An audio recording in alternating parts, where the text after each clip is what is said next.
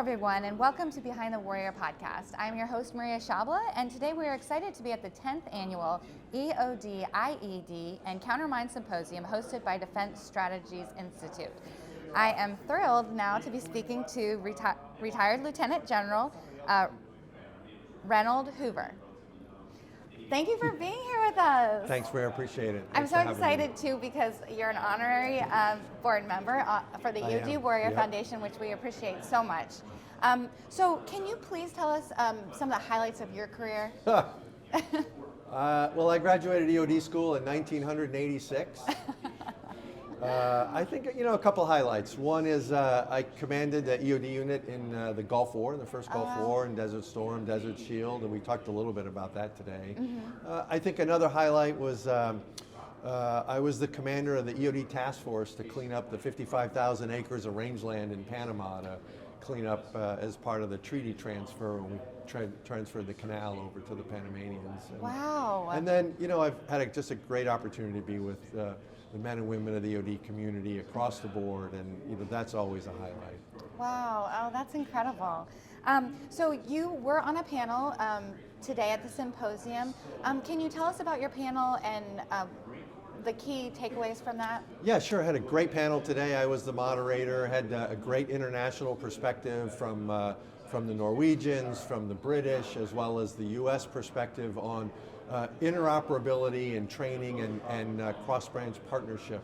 And I think the key takeaway there is, as we face these threats in a multi-domain operations these days, and the technology has changed, the threats in the gray area, the technological threats that are out there now, our EOD servicemen and women that are out there are faced with so many challenges. And to talk about how we can increase their capability and their capacity to respond to these threats in a safer way across the board is really important. Yeah, that is. It's very important.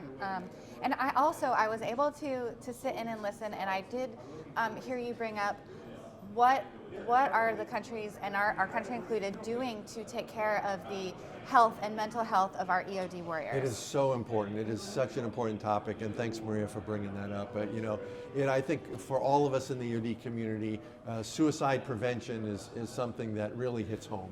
And we all know, I'm sure, somebody that's fallen by the wayside as a result, and it is tragic. It's something the foundation continues to work on and try to strengthen and provide support, resiliency support across the board to our servicemen and women and their families.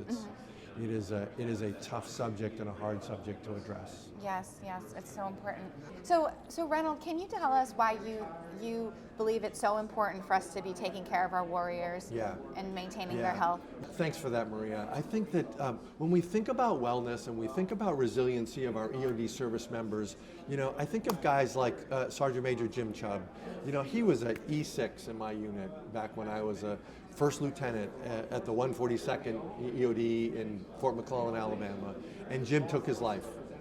And I think of other people, a classmate of mine from West Point who was on the verge of pinning on his third star, John Rossi, took his life.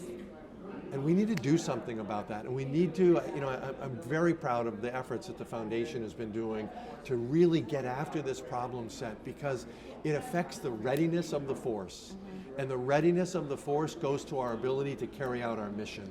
And that's why this is so important. And it's not just the service member, it's their families. And we need to reach out. I've talked to senior service members outside of the EOD community as a general officer, and I talk about wellness and the issue of wellness. And I say, at the end of the day, no matter how many stars you might have on your shoulder or whatever your rank might be, in the general officer case, they're going to play ruffles and flourishes for you for the last time when you retire.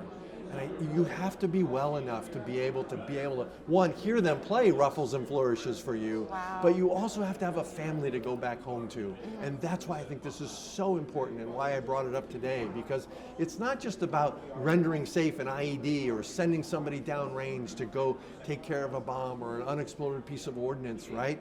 It's the wellness part. And in order for them to do that and do it effectively, we got to be taking care of them. Yes. Oh my goodness, you're so right. And thank you so much. I love your message, and I appreciate that so much. It's not just my message. I think Yeah. it's the message that Greg Middleman and the rest of the foundation are trying to carry as well, about wellness and readiness and how Yes. they go hand in hand. And the importance of the family. Yeah. Yeah. So I'm going to end this interview Okay. With a question about when you're not busy doing all the things that you do every day. What do you do Sure. in your free time? Well, you know what? I was once the Easter Bunny on the south lawn of the White House, so What? I won't tell you when. But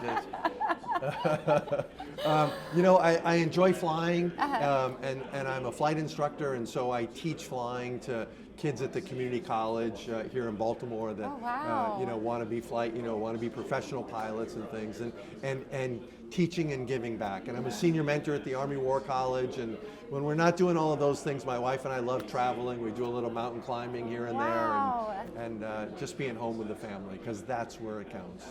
Yes, amen. Well, it is such a pleasure to meet I'm happy you to be here. and to Thanks speak for with having you. me. Thank you so much. Sure, sure.